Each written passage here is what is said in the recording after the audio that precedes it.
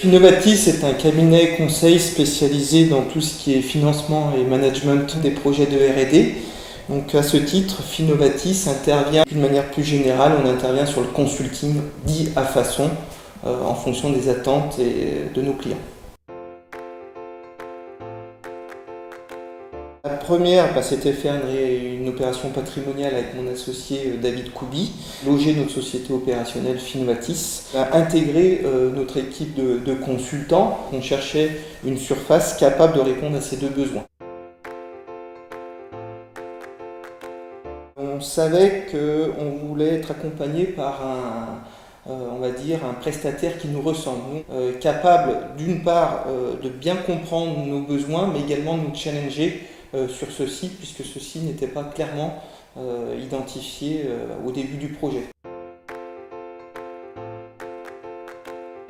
La première, c'était le feeling que l'on a eu avec Antoine Rudigoz lors de nos premières rencontres. Il ressemblait à Finnovatis dans son modus operandi, jeune société en plein développement, flexibilité. Ce que j'ai apprécié, c'est d'avoir directement l'interlocuteur en face de moi, à savoir celui qui fait l'approche commerciale, mais également celui qui fait la recherche de biens pour le compte de Finnovatis. Et puis, moi, ce que j'ai apprécié, c'est le côté petite équipe très expérimentée, ce qui est la même chose chez Finnovatis, donc permettant d'avoir une écoute plus qualifiée, une flexibilité et puis une connaissance du marché beaucoup plus importante.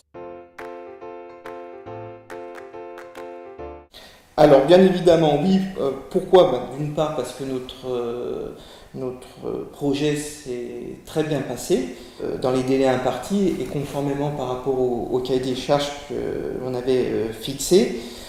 Compte tenu justement de ce bon feeling, cette flexibilité et le fait de ne pas, entre guillemets, pieds et poings liés avec un grand donneur d'ordre du marché qui va regarder dans sa base de données. Là, on a une vision beaucoup plus exhaustive du marché et notamment du marché lyonnais qui est un petit marché où il faut être très réactif par rapport au positionnement, etc.